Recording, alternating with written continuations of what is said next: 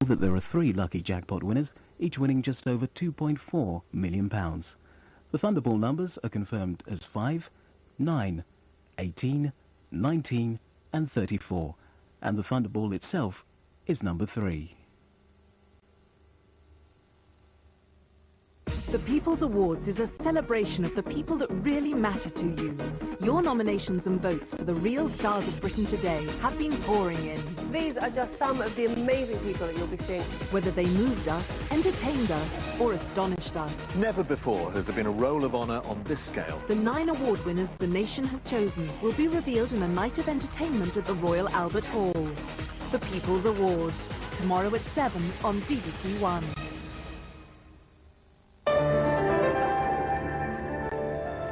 This is BBC One, taking you on a multi-Oscar-winning, comic and at times harsh journey. Tom Hanks is the man with a childlike innocence, living a dreamlike life, with some strong language, Forrest Gump. Forrest Gump's amazing story continues here on BBC One in 15 minutes after the news.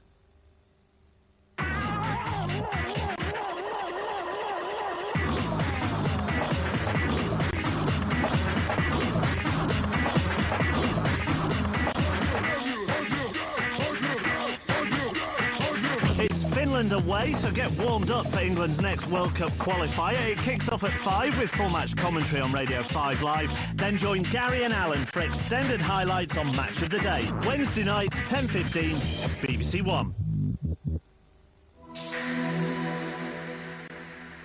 Desperate to live. Desperate to love.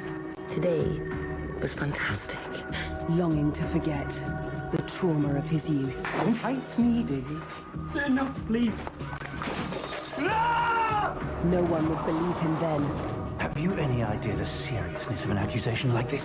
Will they really want to listen now? Is it true you've called the police in to investigate your children's lives? Davy, please, you have to give evidence. Powerful new drama. Whatever it is, you tell me.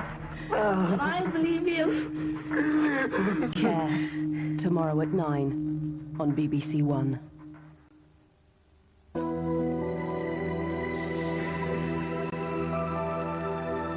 The news on BBC One now with Peter Sissons. Kevin Keegan resigns as England coach, saying he's not up to the job. An emotional exit after England fail in their last game at Wembley. Kostunica is sworn in as Yugoslavia's president. He says it's like a dream. And Israel gives Arafat an ultimatum: stop the violence or no more peace talks.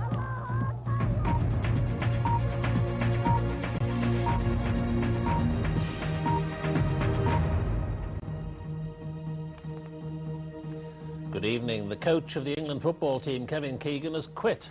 He announced his shock resignation minutes after England had been beaten by their old rivals Germany in a World Cup qualifier at Wembley, the last game to be held there before the old stadium is knocked down. Keegan said he didn't think he was good enough to be the England coach, and that the fans' reaction to the defeat had convinced him it was time to go. Our sports correspondent Kevin Geary was there. They think it's all over is a phrase that's famously been uttered at Wembley before, but only a handful would have predicted that England's defeat today would mark the end for Kevin Keegan. A stadium so rich in history and tradition had one last dramatic postscript to add to its unique tale. The first inklings of an abrupt, some might say impetuous departure came as England's players left sullenly silent. Then a typically frank confirmation from the man himself. I just feel I've given it my best shot, and I don't want to go on and outstay my welcome. I think the fans today, when we're coming off, you know, they sort of made me realise that not only did they put me in the job, but with what they were saying when I was coming off, I think they feel it's time for me to go, and that's where the power should be. With hindsight, of course, the cold, wet day and lowering skies foretold that this would be no fitting finale for the world's most evocative stadium. Keegan's England were awful. Before and after Dietmar Hammann's free kick penetrated a wall as non-existent as Berlin's and found Seaman hopelessly adrift. That it should so swiftly have come to this. Kevin Keegan was appointed less than 2 years ago on a wave of public support and with enthusiastic media backing. There was no one else in the running. But a disastrous Euro 2000 campaign this summer exposed him as tactically naive and unable to find ways of compensating for his players' technical failings. No obvious English replacements spring to mind. The nets may well have to be spread unprecedentedly wider. We've got to take our time, find the right person and wait for them if needs be. And we've got to make sure that we don't put false things on it like are they English, are they Scottish, are they foreign. It's just get the best person, because what we want is a successful England side, not today or just today, but right through the future in the next 10 years. At damagingly short notice, Howard Wilkinson, the FA's Director of Football, will take the team to Helsinki next week for what's now become a crucial match against Finland. But nobody sees him as a long-term successor. Inevitably, the name Terry Venables has surfaced. The fans and the bookies' favourites having quit while he was ahead after Euro 96, he may still have too many enemies within the FA to be invited back. It should have been a day to celebrate the end of a glorious era. Instead, a rather undistinguished chapter has closed, and English football once again finds itself on the floor. Kevin Geary, BBC News. Yugoslavia consigned years of dictatorship and oppression to the history books tonight when Vojislav Koštunica was formally sworn in as president. It was the culmination of the practically bloodless overthrow of Slobodan Milosevic, which began with elections 13 days ago. Only days ago, few people would have dared to believe this, a peaceful transfer of power in Yugoslavia.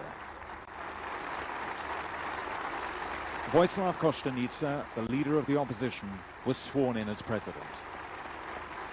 And after 13 often violent years, the Milosevic era was finally over. President Koštunica took power a little bewildered. All of us are still surprised and confused, he said, and to me personally, it still seems like a dream. He spoke of the country rejoining the international community, but pledged to restore Yugoslav's sovereignty over Kosovo, but in a dignified way. But Mr. Milosevic still casts his shadow. It seems he's in Belgrade, and certainly the presence of soldiers outside his villa suggests he remains inside. Earlier today, his son Marko left the country for Moscow, taking his family with him. Last night, Mr. Milosevic had appeared on television as a born-again Democrat, congratulating the winner. But it's reported that earlier he'd been escorted by armed soldiers to a meeting with Mr. Koštunica. Sources here tonight told us that at that meeting, Mr. Milosevic asked for and received assurances that he wouldn't be sent to the War Crimes Tribunal in The Hague. When he sought a similar assurance that he wouldn't be put on trial here, it wasn't forthcoming. But tonight, a new leader spoke in a new language for this country, of a return to human rights, of upholding the rule of law, and that includes no acts of vengeance. Gavin Hewitt, BBC News, Belgrade. Two British policemen, Adrian Prangnell and John Yaw, who spent 2 months in prison in Yugoslavia on suspicion of terrorism, have arrived home. The men were released yesterday by Yugoslavia's new administration. They said they were astonished at how quickly it all happened, and that it was wonderful to be free. The Israeli Prime Minister Ehud Barak has issued a 48-hour ultimatum to Yasser Arafat to stop the violence against Israeli troops or face heavy retaliation and the end of the peace talks. On Israel's northern border, 3 Israeli soldiers were today kidnapped by Hezbollah guerrillas. Israeli warplanes have since attacked Hezbollah targets near Shabar in southern Lebanon. It was the first time they'd been in action since Israel withdrew from the area in May. From Jerusalem, our correspondent Paul Adams reports. A new and dangerous escalation. Israel is sending extra troops to the north amid fears of renewed fighting. Hezbollah gunfire has been directed against Israeli positions close to the border. Hezbollah says it's occupied Lebanese territory. 3 soldiers have been captured. It's a huge embarrassment for Israel. Elsewhere on Israel's northern border, a violent confrontation with Palestinian refugees. They came to the fence from their camps in Lebanon. Israel says they intended to storm an Israeli village nearby. But weekend stone throwing along the border has been commonplace since Israel's withdrawal in May. This is the worst clash of its kind since then. On the West Bank, Palestinians have been celebrating the evacuation of Israeli troops from a religious site claimed by Jews. Joseph's tomb has been the scene of a running battle for a week. It didn't take long for local Palestinians to start tearing it apart. Israel has accused Yasser Arafat's Palestinian Authority of failing to protect it. In his toughest warning yet, the Prime Minister told Yasser Arafat to stop the violence. If we will not see an end to the violence within the next 2 days, we will read it as a deliberate decision of Chairman Arafat to put an end to the peace process at this stage. In Tel Aviv, the Prime Minister's right-wing opponents are accusing him of weakness. His leadership is being sorely tested. Just when it seemed this crisis couldn't get any worse, it did. If Israel fails to secure the release of its captured soldiers through diplomatic means, it may resort to force. Closer to home, the next 2 days could determine whether Israel and the Palestinians have anything left to talk about. The threat of renewed violence hangs over the entire region. Paul Adams, BBC News, Jerusalem. Here, the leader of the Ulster Unionists, David Trimble, has told his critics to stop undermining the party. Speaking at the party's conference in Belfast, Mr Trimble vowed to stay in the province's power-sharing government and criticised those in the party who, he said, had bad-mouthed his assembly team. Racing at Ascot was ruined today by a bomb scare. The meeting was abandoned after only one race, and the 8,000 spectators were evacuated when a coded warning was received. A thorough search of the racecourse found nothing. From next month, speeding fines will go up from £40 to £60. The government says the increase will reduce deaths and injuries on Britain's roads, but motoring groups have questioned the strategy, as Tom Simons reports. We've got 2 sets of skid marks and a slide. The latest government TV push for road safety. 1,200 people die every year in speed-related accidents. So next month, the fines will go up. The minimum penalty rises from £40 to £60. And parking fines will be increased too, from £20 to £30 outside London and from £30 to £40 in the capital. It's the first time fines have gone up in 8 years. The Treasury has accepted the case for putting police penalty money directly back into road safety. Some of it will be spent on new speed cameras. The government already earns something like about £30 to £40 million a year from speed cameras, and this is only going to dramatically increase it without having any material effect on road safety whatsoever. The rise in parking fines will be as popular as the traffic wardens writing them out. Drivers are still smarting from the petrol crisis. But the government insists parking on yellow lines, and in this case a red route, holds up the traffic and makes it difficult for buses to get through. The fines get the message across. It's all aimed at changing the behaviour of motorists. The government believes it's made drink driving an antisocial activity. Now it's trying to do the same for speeding and parking illegally.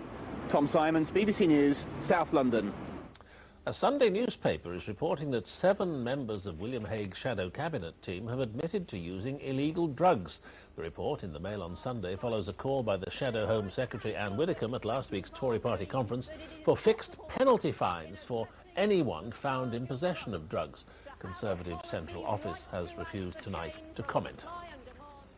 More football now, and England may have lost their match and Kevin Keegan, but it was a better day for our other national teams. Scotland beat San Marino, while Wales and Northern Ireland both drew against Scandinavian opposition. San Marino's record in internationals reads played 46, drawn 1, lost 45. But as England once found on a visit, it's not always straightforward. And in the first half, Scotland looked as if they might suffer just one of those nights. This was one of several near misses in the first half. 71 minutes had gone when the deadlock was finally broken. Matt Elliott nodding home his first goal for Scotland. Cue scenes of relief from the Tartan Army. Another soon followed, Don Hutchison killing off San Marino to ensure Scotland's victory and 3 World Cup points.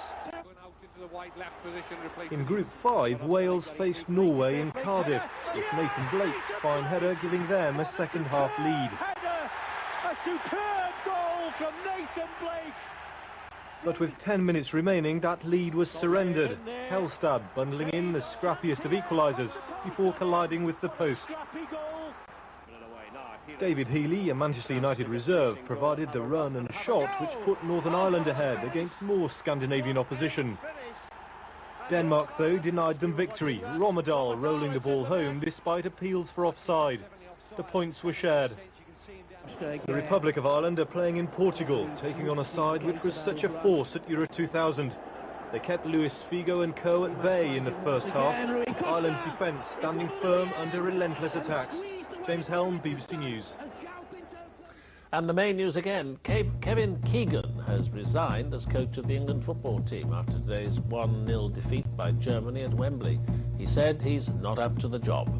There'll be news throughout the night over on BBC News 24, but from me, a very good night.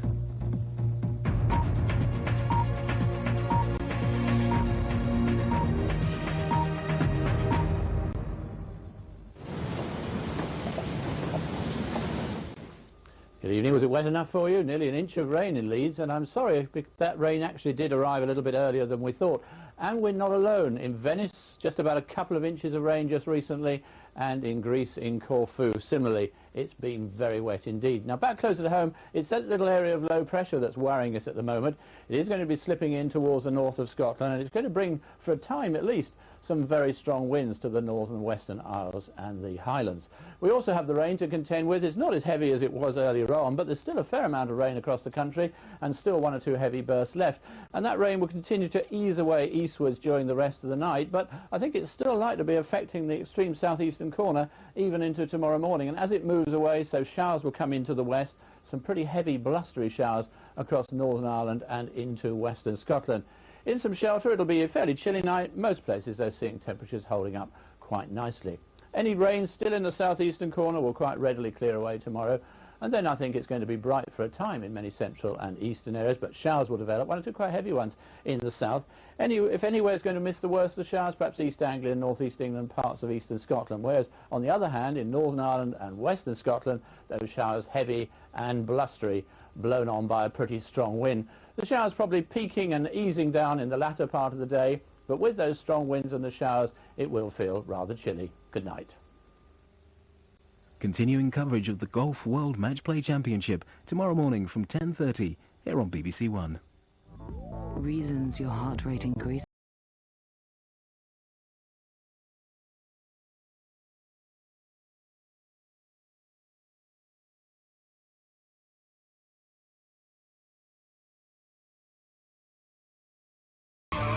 Overexcitement. Emotional conflict. A sudden rush of adrenaline.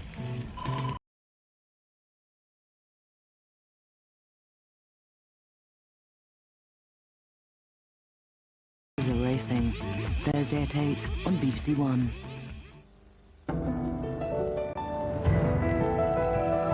Now on BBC One, the concluding part of our Saturday night film with some strong language. Tom Hanks is Forrest Gump.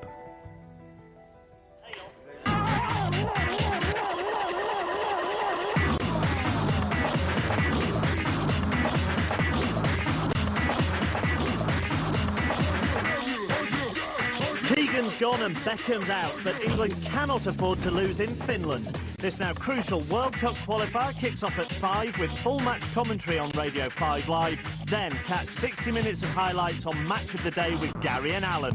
Wednesday night, 10:15, BBC One.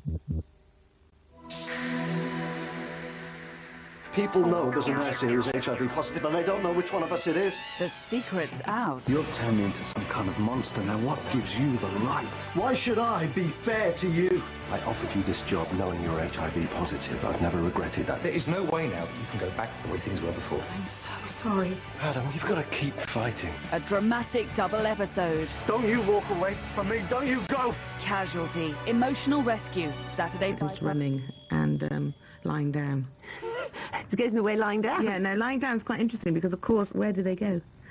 I quite like to know. I find them in my socks sometimes.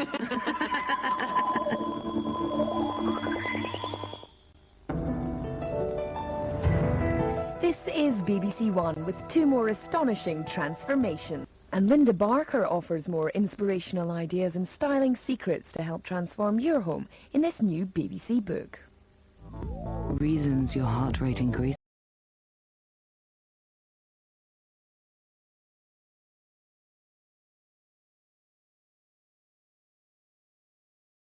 shock. Overexcitement. Emotional conflict.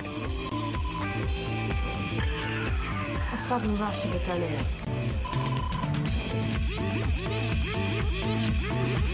It'll mean a lot to the team, Demetrius. Fine. Good. Well, you'll have to take us as you... Because it has got a reputation for being involved. How can it redeem itself? It was prepared to have you thrown away on the scrap heap. It was prepared to scrap the Constitution as well.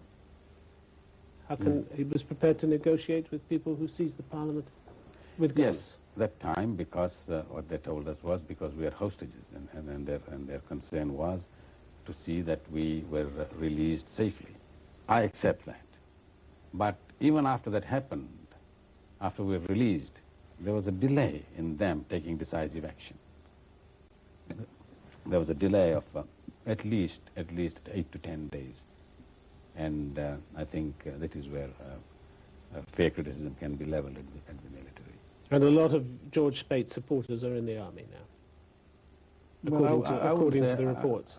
So how could you ever realistically reassume office in Fiji? Well, with an army that clearly doesn't support you. In terms of redeeming the military, it's a job that they must do, perhaps with some sort of supervision from outside.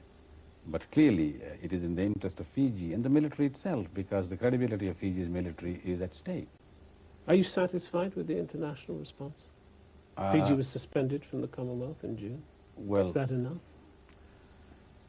Not really, an indicative person, but I do believe in democracy very, very deeply.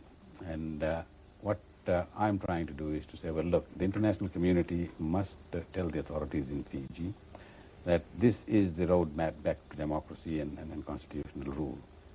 And if they follow it, fine. We'll help you restore your economy and do all that is necessary. But if you don't, then you'll have to pay a price for it. The British government says it supports a return to democracy, but it doesn't go as far as saying that you should be back as Prime Minister. Well, I don't know. I have not heard them say that. I'm not campaigning. This is not a personal campaign. Is that ambiguous, too ambiguous as far as you're concerned?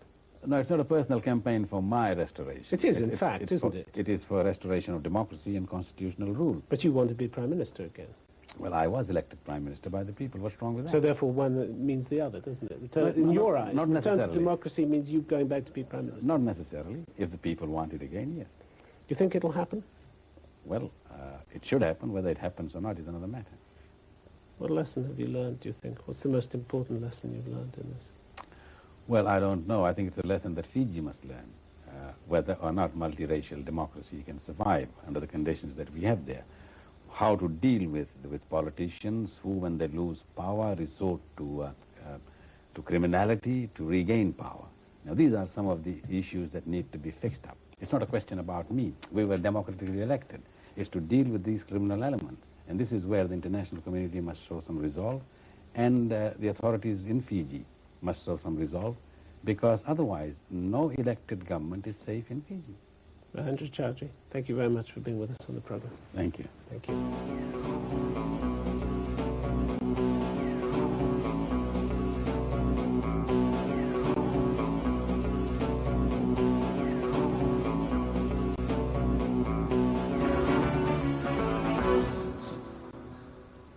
Good morning. Well, it's a much milder start to the day than it was yesterday, with most places staying in double figures.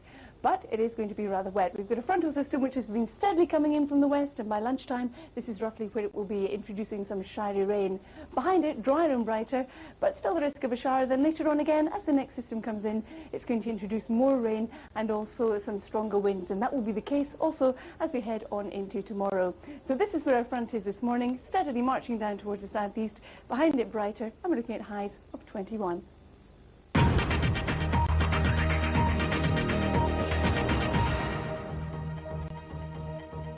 Two little old men came and said, "Thank you." These were two Jews. We were checked for all sorts of details. We had a French tailor who had made our suits in the French style. Whatever happens, nobody must know. You must tell your mother, your father, your... Speaking for the first and possibly last time, BBC Two reveals the agents of the clandestine organisation that helped Britain win the war. Secret Agent starts Thursday at 9 on BBC Two.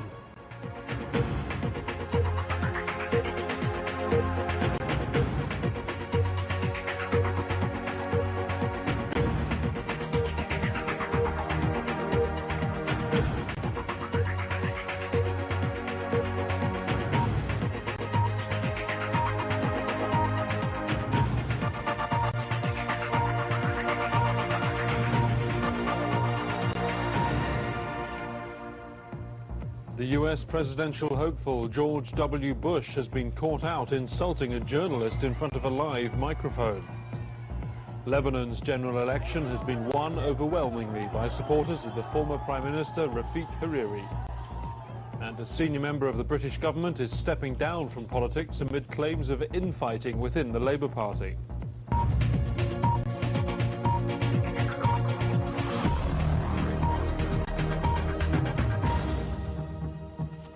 Hello, this is BBC News. I'm Clarence Mitchell. The two main contenders for President of the United States, Al Gore and George W. Bush, have spent the Labor Day public holiday campaigning vigorously in crucial states. Mr. Bush began a week-long cross-country tour on an embarrassing note, however. Not realizing that a microphone was switched on, he was heard to insult a New York Times journalist. The gaffe comes as opinion polls show Al Gore is pulling ahead in the race to be president.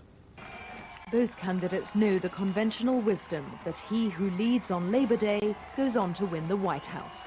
They've reached the stage where the voters tune in, and making the right impression really matters. Not a good moment then for George W. Bush to use an expletive to describe a journalist in the crowd. Mr. Bush hadn't realized the microphone was live, and his aides tried to brush off his insulting reference to a New York Times reporter. But that was an embarrassing moment for a candidate who's promised to bring a new tone of civility into politics. What's more, it's not the first verbal blunder from the Republican candidate. Most famously, the Texas governor revealed a rather shaky grasp of foreign affairs to this Boston television journalist. The new Pakistani general has just been elected. He's not elected. This guy took over office. He appears he's going to bring stability to the country, and I think that's good news for the subcontinent. And you can name him? General. I can't name the general. And it's? General. Can you name the president of Chechnya? No, can you? And the Prime Minister of India? The new Prime Minister of India is, no. Today's slip-up will provide another morale boost for the Vice President, Al Gore, who's demonstrated a good deal more energy and confidence in the last few weeks, as his opinion poll numbers have reached, even overtaken, those of his rival. Yes, we're all imperfect. Yes, we'll fall short. Yes, we make mistakes. But by God, we're the best country on the face of this earth. We always have been, and we always will be. But both men know the race is extremely tight, and both are already preparing for the next big test, their face-to-face meeting in a series of debates on national television. Philippa Thomas, BBC News, Washington. Well, the veteran US political correspondent Connie Lawn said that Mr. Bush's embarrassing comments could count against him with some voters, but they could well help him appeal to others. Really is a race between dumb and dumber at this point. But George W. Bush is not very bright, and this will be seen when the debates take place. He's really, the king has no clothes on, and this will be seen if it hasn't been seen already. Even the people who support George W. Bush don't support him as a person.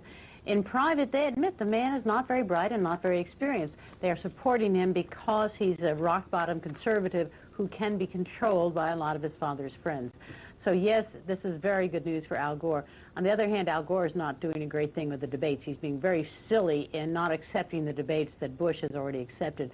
That's a bit of to and fro. Eventually, they'll iron it out. They'll probably have about 5 debates. But they're both being very, very silly this weekend. Both silly. You say George W. Bush, not very bright, not very experienced, but this is the man who's vowed to bring civility back to politics. And surely within some of the Bible Belt areas of the US, this sort of insult, you know, the wording will go down very badly. Yes, but in the Bible Belt areas that support George Bush, especially the South and the West, they don't like New Yorkers very much, and they are probably delighted. They're saying, oh, George Bush told it like it is, and so he's going to get away with it. Now, this remark is a mixed bag for him, but again, even in the Midwest, and that's the battleground states in the Midwest, there'll be a lot of Midwesterners who say, right on, George, he told how it was. So this could end up actually helping the guy. Turning to Al Gore, he was doing pretty badly in the polls, and he seems to have turned that around spectacularly, 10 points ahead in some. How do we account for that? Well, that is amazing, because serious people in the country are beginning to realize that Al Gore has tremendous experience, is very serious, and has been studying for the presidency most of his adult life. George W. Bush has been drilling for oil unsuccessfully, has managed a baseball team, and has been a figurehead governor of a state where you don't have much power. People, as you get close to the election, are thinking, do we really want to put the fate of this country in the hands of lightweight? So that's what's been turning it around for Gore. On the other hand, though, the Electoral College does not yet look good for Gore, and that's something to be very, very frightened of if you support Gore. And again, I'm not a Democrat or Republican. I'm just trying to judge who's the smarter candidate, who's the best qualified candidate.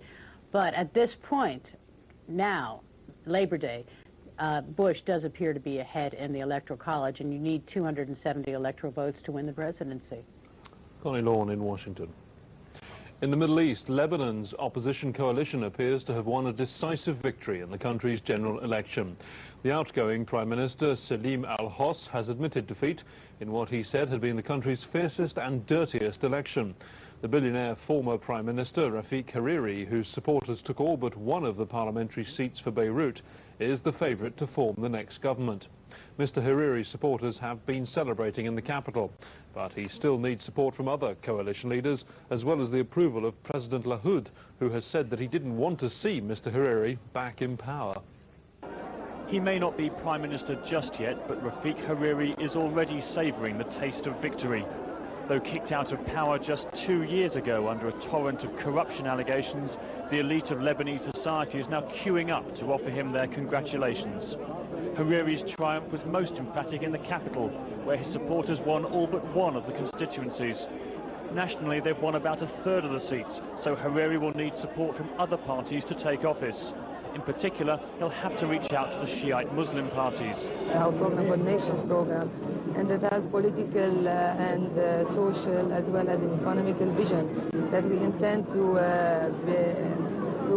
achieve from within the parliament and the next being present in the next government. The current Prime Minister not only lost power, but also his own seat in Parliament.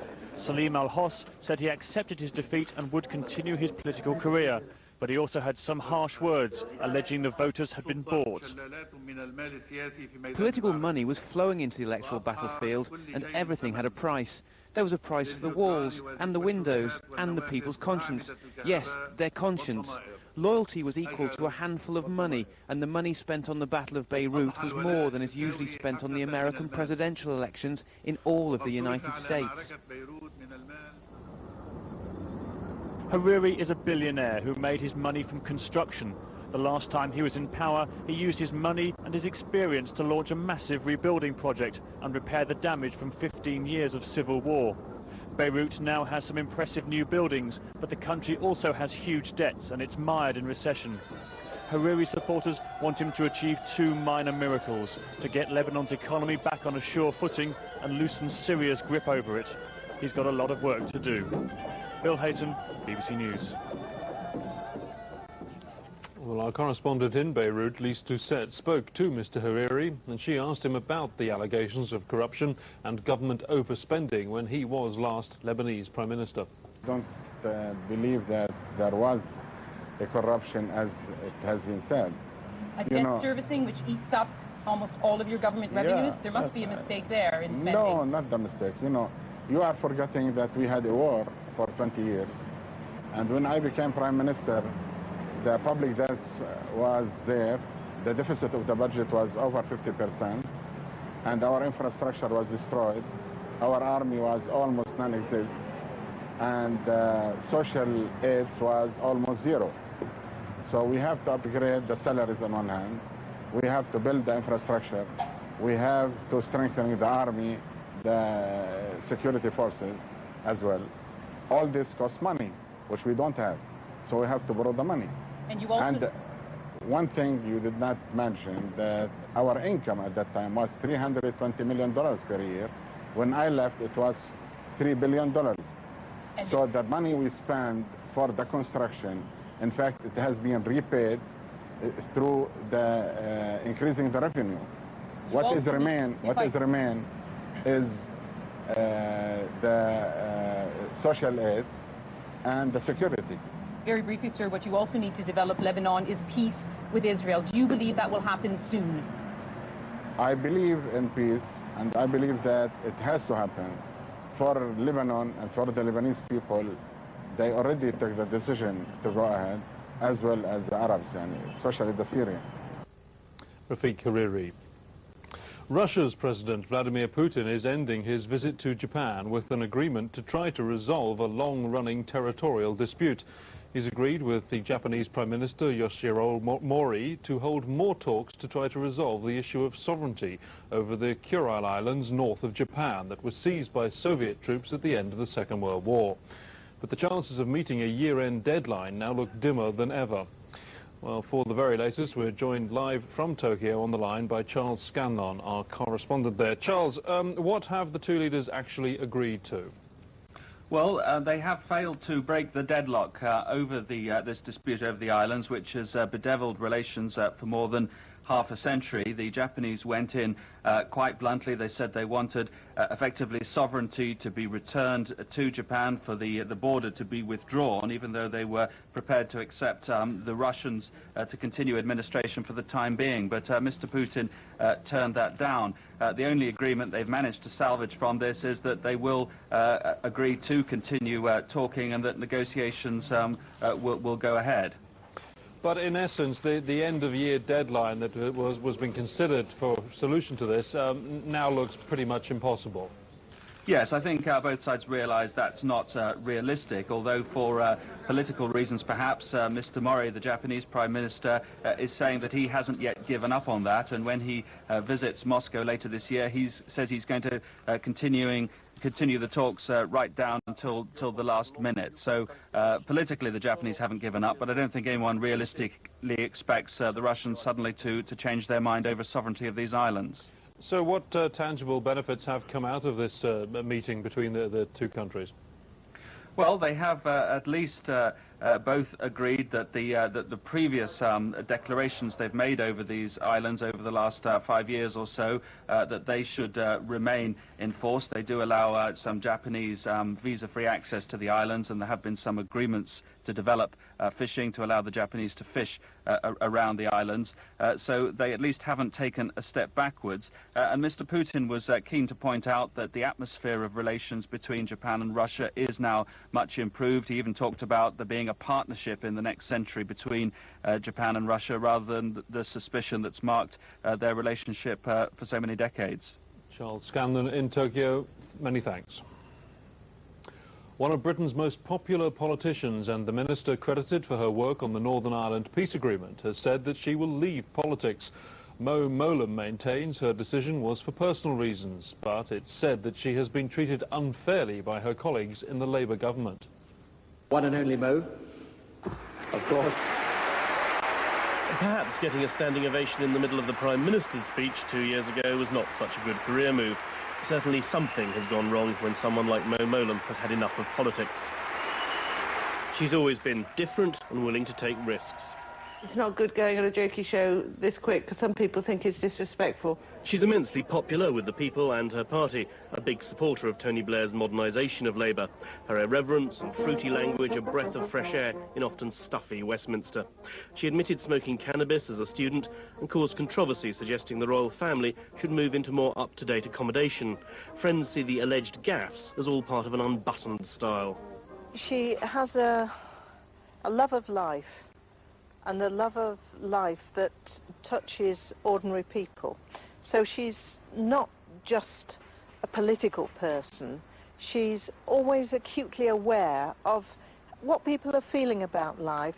Some think it's a bit more calculating than that, but certainly the style has hardly changed since the young academic was elected in 1983. I made one promise since I started campaigning, and that is that everywhere I've gone looking for votes, I will be back to see you afterwards when elected. Her first big job was as Northern Ireland Secretary after recovering from benign brain tumour. Thumping her wig down on the table in negotiations, hugging and kissing, didn't go down well with many unionists, who thought she was also too close to those who wanted a united Ireland. And as the Prime Minister moved to the heart of the negotiations, there were mutterings she couldn't get to grips with the detail. She publicly resisted being moved in a reshuffle, almost unheard of in politics, but eventually had to go, characteristically pecking her successor and embracing the press, if not her future. Admirers there hint she's been pushed out of politics.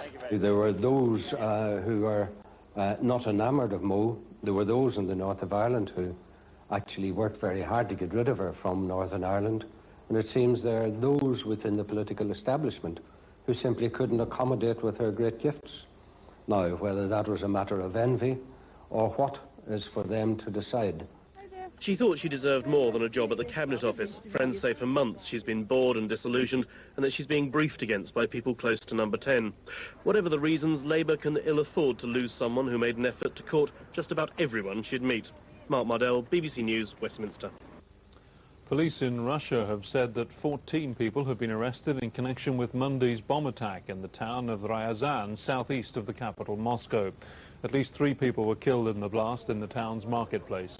Police have ruled out any link to a later explosion in the city of St. Petersburg and say they suspect different criminal gangs for being responsible for the attacks.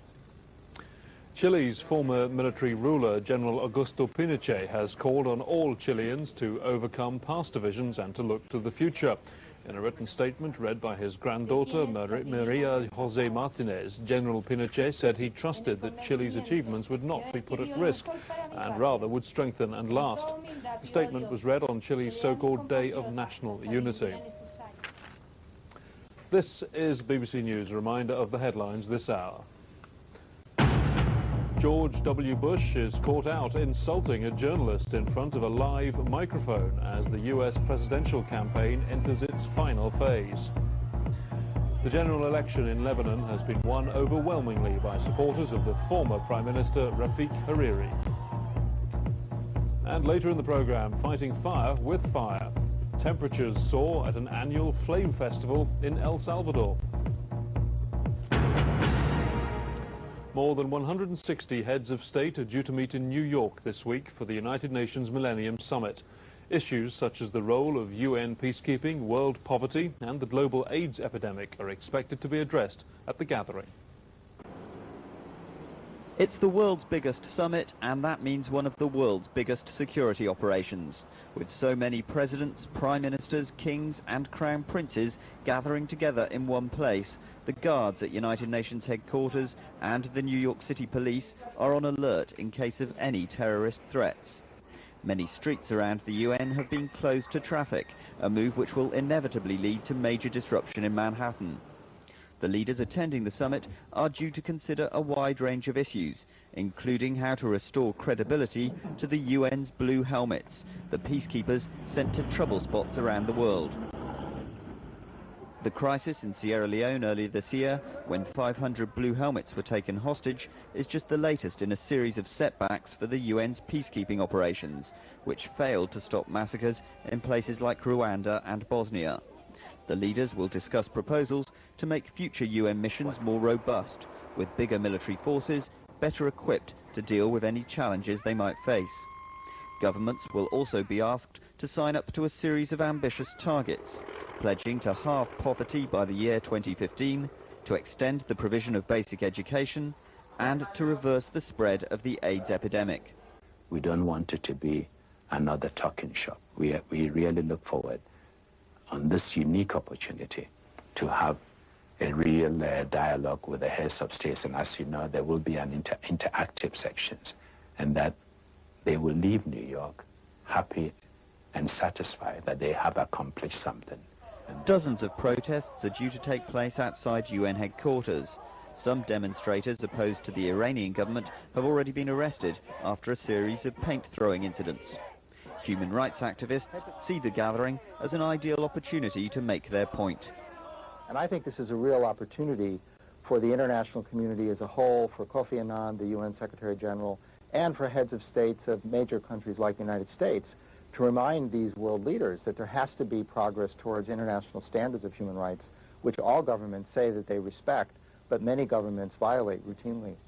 The Cuban president, Fidel Castro, was one of the last to announce his attendance at this week's summit. Whilst most leaders' set-piece speeches will probably do little more than repeat their nation's priorities, there's plenty of room for interesting diplomatic encounters on the margins. The UN is expecting to host more than 700 bilateral discussions. These private tete-a-tetes will almost certainly yield more in practice than the formal Millennium Summit events. Mark Devonport, BBC News at the United Nations. Well, meanwhile, the United Nations Administrator in Kosovo, Bernard Kouchner, says international officials would neither support nor prevent Serb plans to hold elections in the province, but that they would provide security. Kosovo is still officially part of Yugoslavia, and Serb officials last week said that they intended to allow Serbs in the province to vote in federal Yugoslav elections due on the 24th of this month. Bernard Kouchner has been under pressure to respond to plans to hold the Yugoslav presidential elections in Kosovo for weeks. His announcement, made before Kosovo's leading Albanian politicians, neither banned the vote or gave it the UN support. For us, these particular so-called elections are not fair, open and democratic elections. And UNMIK will not support this election, will not organize this election, but will offer security for the people because we are in charge of security, that's all. The stance has frustrated local politicians such as Hashim Thaçi, the former head of the Kosovo Liberation Army. He sees the vote as an attempt to reinforce Serbia's claim to the province. The future of Kosovo is one of the key issues in the Yugoslav polls, with opposition candidate Vojislav Kostunica promising to visit the UN-controlled region. The decision to hold the ballot was announced last week by a leading member of Slobodan Milosevic's Serbian Socialist Party before a crowd of supporters in Kosovo last week. The prospect of seeing more officials from Mr. Milosevic's administration entering the province will only anger Kosovo's majority Albanian population. Nicholas Wood, BBC News, Pristina. Road transport unions in France are due to hold further talks with the government in a renewed attempt to end nationwide protests against high fuel prices. Discussions late into the night between the two sides have failed to resolve the dispute. Truck drivers and farmers had earlier caused chaos across France by blockading oil refineries as well as supply depots. Another week, another wave of strikes, more long queues, but this time it's French drivers on the receiving end as unions put the squeeze on fuel supplies. And after a weekend rush, some petrol stations are already running dry. The petrol stations are running out, this man says. This is the second one I've tried, and there are long queues. And this driver says it's ridiculous. The oil companies are making loads of money, the government has billions, and it's us taxpayers who are suffering. The driver of this lorry has been sent by the owner of the haulage company to join the blockade of one of the major refineries close to Paris. Although diesel is a lot cheaper in France than in Britain, 56 pence a litre compared to 80 in the UK, it's risen by 30% over the past year. That, taken with the high tax regime in France, has left many companies struggling to survive. If the French government don't give us what we want, I think the stations are going to run out of gas and very shortly, and people are going to have to walk. And it's a shame for us to take the civilians as hostages of that matter, but gas is one of our main expenses in our companies. The organisations laying siege to France's oil refineries say they could keep up the blockade for the next 2 weeks. If that happens, then France simply runs out of fuel. The unions know that if they strike quickly and strike hard, just like the fishermen last week, then the government is more likely to make concessions. John Sopel, BBC News, outside Paris. Britain's Court of Appeal has asked for a second medical opinion on whether surgeons should separate Siamese twins. The girls were born at St Mary's Hospital in Manchester 4 weeks ago after their parents travelled from Eastern Europe seeking specialist medical care. The operation, which was ordered by a judge at the High Court, would lead to the death of the weaker baby. Doctors say that without the surgery, both children will die within 6 months. The parents, though, want to leave their baby's fate to what they call the will of God. In South America, the people of the town of Nejapa in El Salvador have been holding their annual fire festival, an event that some say marks the anniversary of a deadly volcanic eruption. This is not a riot. Every year, the people of the town of Nejapa throw fireballs at each other for fun. The one rule is that whatever you throw at the other team must fit in the palm of your hand and be in flames. Se desarrolla este juego en Recuerda, así se llama, Recuerda. Even the local mayor is not sure how the tradition started. He says one version is that it commemorates an enormous eruption of the nearby volcano. The other, the Catholic version, is that the patron saint of the village, Saint Geronimo, used the fire to fight the devil. Either way, the yearly festivity is celebrated with masks, floats, and the odd Catholic reference thrown in. There's even a statue of Saint Geronimo with a slightly oversized fireball of his own. Like all good town festivals, there's a firework display as well, but this one has that little bit extra added flair. It looks dangerous, but local residents say there are few serious injuries. Nevertheless, having this much fun elsewhere would probably be illegal. Rafael Jezeran, BBC News. It looks dangerous because it is dangerous, so don't go trying that at home. This is BBC News.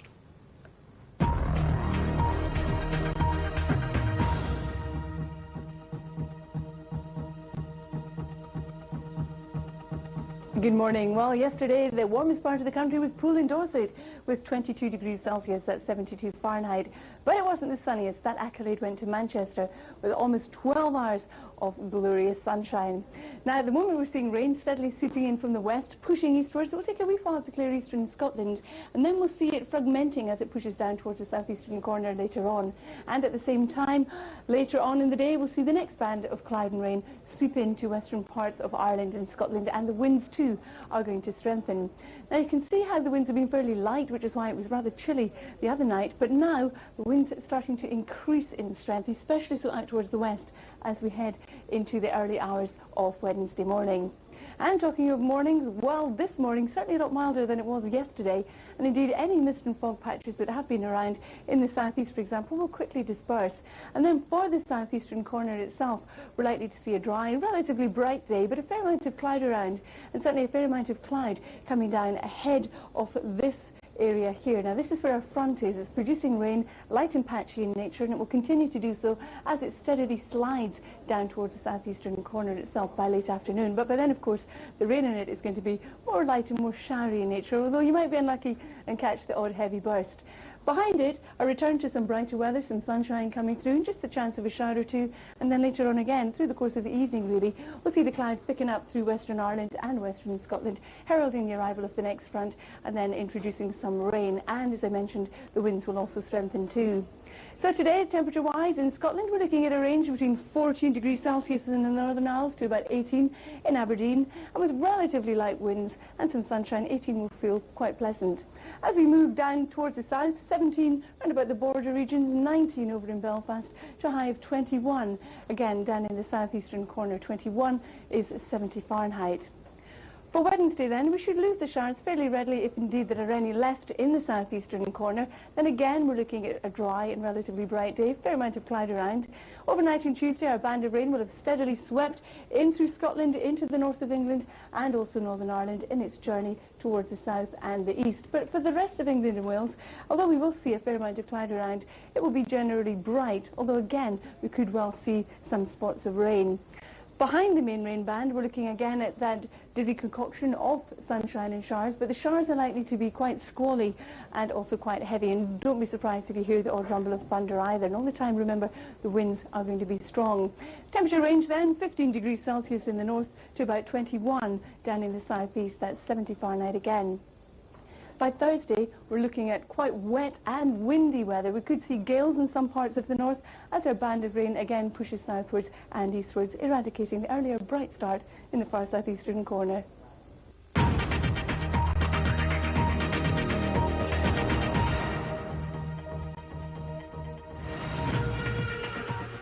BBC Online's in-depth reports take you beyond the headlines. Find hard truths and intelligent comment at bbc.co.uk/news.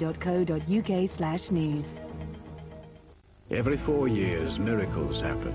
Who'd have thought that anyone could win gold in 4 Olympic Games? Great Britain, mission accomplished. That one man could be so far ahead of the field that a gymnast would score 7 perfect tens. She takes it again for the 4th time. That the price of gold could be so high. Greg Louganis, Olympic champion yet again. Or that one day, man could fly. Be there for this year's miracles. 4 years in the making. 2 weeks of unbelievable television and radio. The Olympic Games live on the BBC.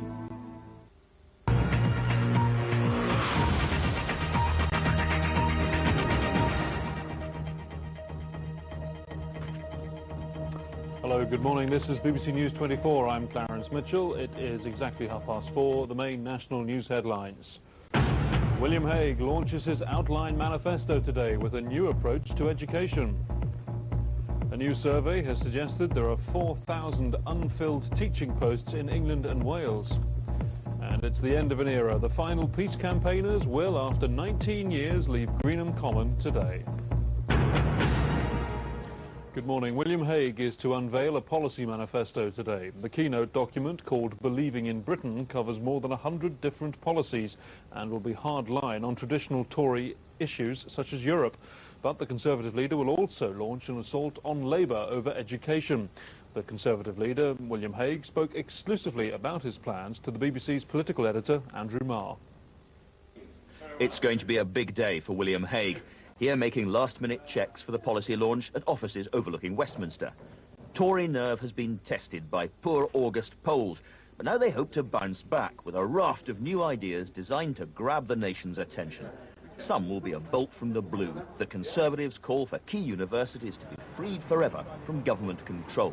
They'll be given billions of pounds to cut loose and try to reverse the brain drain with higher salaries, and to choose who and how they want to teach. When the government does something like sell them mobile phone licenses, as they did earlier this year, we would use that money, which can add up to billions of pounds, to actually give it to the universities, endow the universities with funds that they'll always be able to draw on, the capital of which, the income from the capital of which they'll always draw on in the future, to make sure that they are free, able to compete with American universities who have huge endowments, who have the freedom to develop in any way they want without politicians telling them what to do.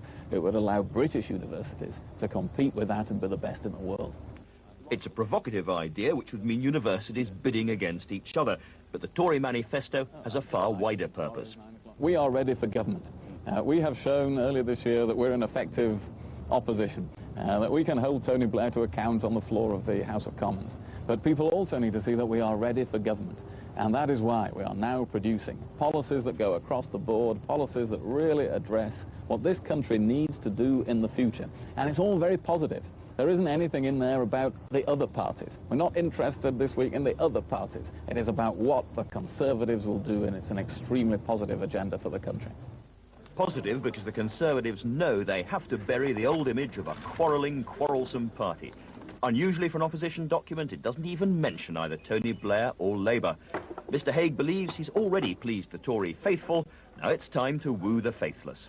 He's going to be unveiling the core policies on which the Conservatives are going to fight the next general election. Rather early. Part of the reason is that although the Conservatives believe in Britain, or at least the floating voters, so far haven't returned the favour. William Hague hopes that this document is going to change all of that. It contains detailed policies on everything from schools and universities to inner-city crime, the Constitution, and of course Europe. But the crucial thing for William Hague is that he's realised that politics only starts to move towards him when there is a ferocious argument between the parties. Effectively, what he's trying to do is to fire the starting pistol for the longest general election campaign in modern British history.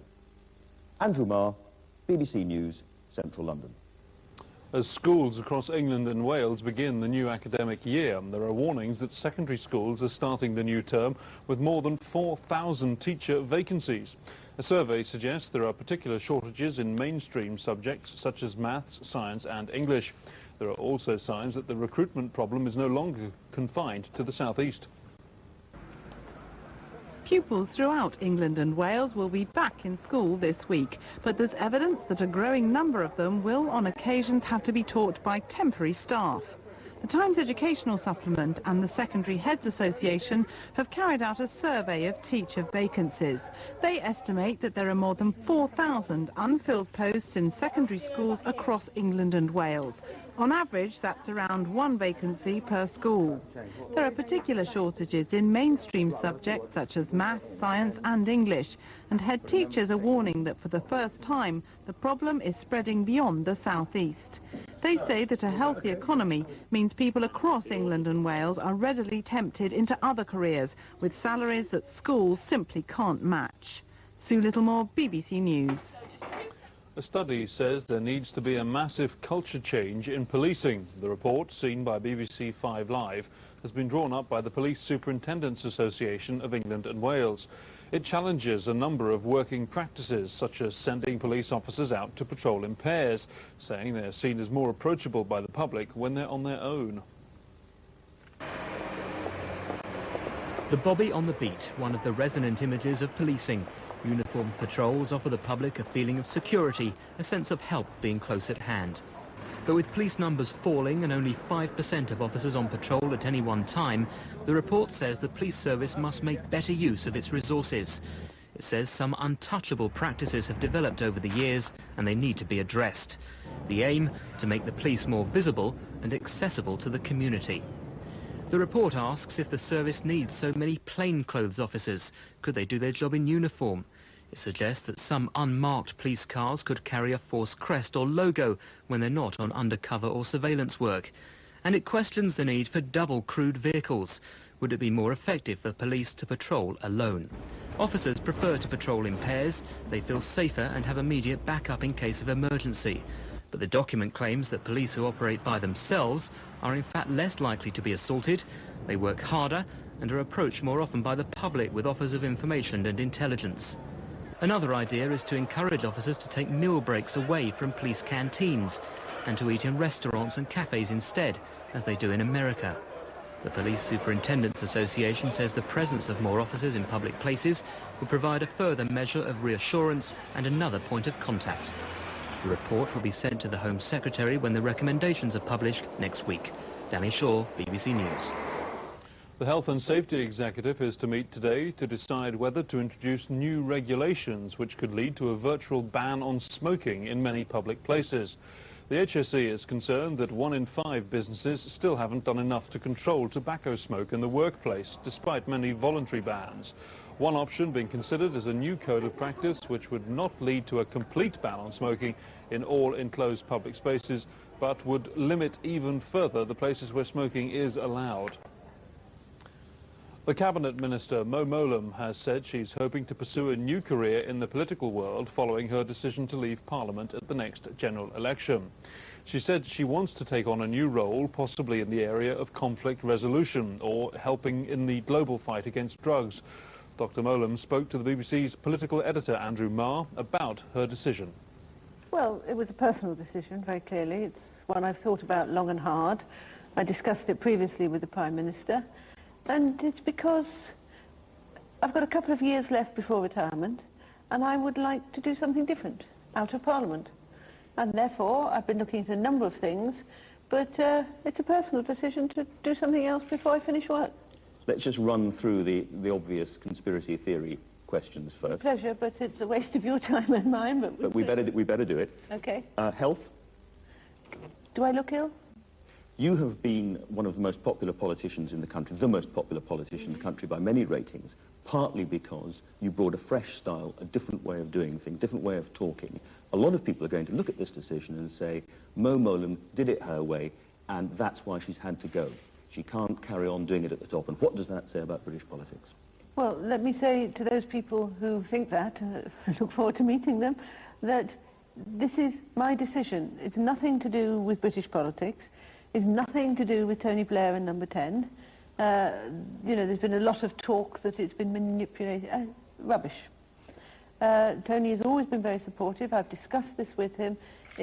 Number 10, Jonathan Powell, all the people listed in the papers have not, I think, briefed against me. This is a personal decision that I have made.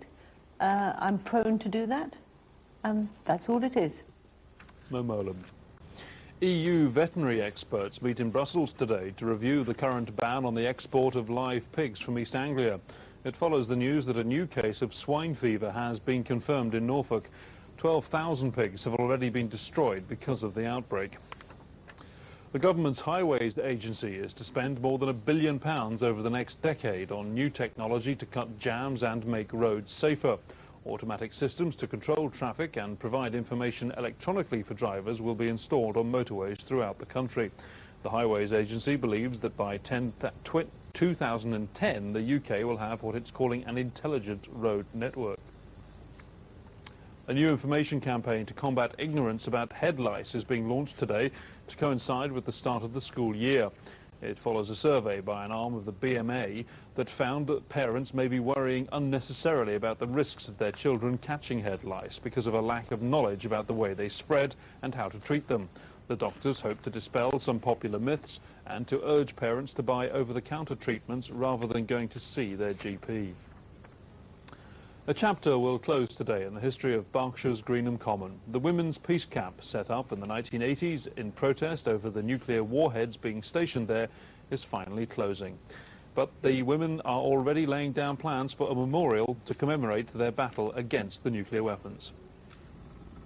Its very name became a byword for protest. Greenham Common in Berkshire, home to thousands of women protesters and one vision: to rid the world of nuclear weapons. It was in 1980 the protest was at its most intense. Thousands of women came to oppose the storing of 96 American cruise missiles. They arrived from all parts of the world. Some got inside the base itself, and the others saw the inside of a police cell.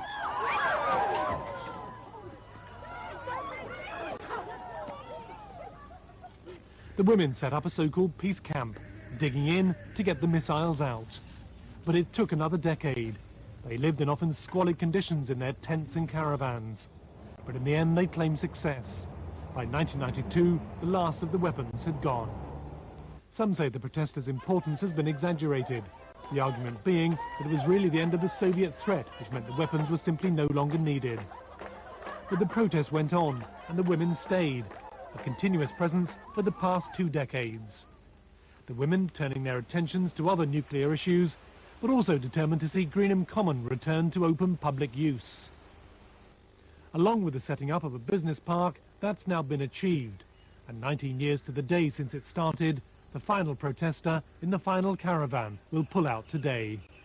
Duncan Kennedy, BBC News. Time to take a quick look at the day's sports headlines. Here's Chris Hollands. Chris.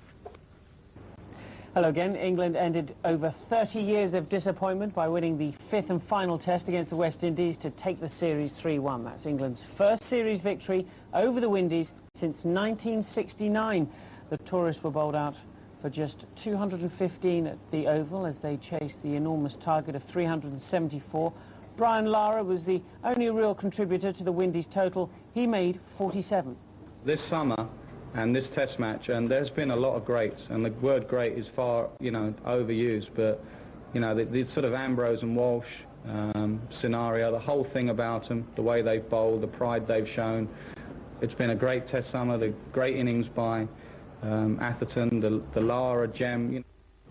I think to play away from home consistently well involves far more than technique. I think it involves a lot more mental side, and I think this is an area that we have been particularly weak in the last 4 or 5 years, playing away from home especially. On to football now, and Arsenal's Kanu has written to the Nigerian FA asking to be excluded from his country's defence of their Olympic title in Sydney. The striker wants to stay in London and take part in his club's forthcoming Champions League campaign. The African Player of the Year has been torn between